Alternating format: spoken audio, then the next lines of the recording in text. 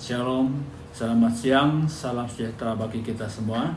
Saya selaku Kepala Bidang Bimbingan Kantor Wilayah Kementerian Agama Provinsi Kalimantan Utara menyatakan sikap demi terjaganya situasi dan keamanan selama berlangsungnya tahapan pemilu tahun 2024 di Provinsi Kalimantan Utara.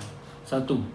Mendukung pihak keamanan, dalam hal ini Polda Kalimantan Utara, dalam menjaga dan mengamankan Sitkamtibmas di wilayah Provinsi Kalimantan Utara tetap dalam keadaan aman dan kondusif menjelang pemilu serentak tahun 2024. 2. Menolak adanya sikap intoleransi, radikalisme, dan aksi terorisme yang mengatasnamakan agama ataupun organisasi di wilayah Provinsi Kalimantan Utara.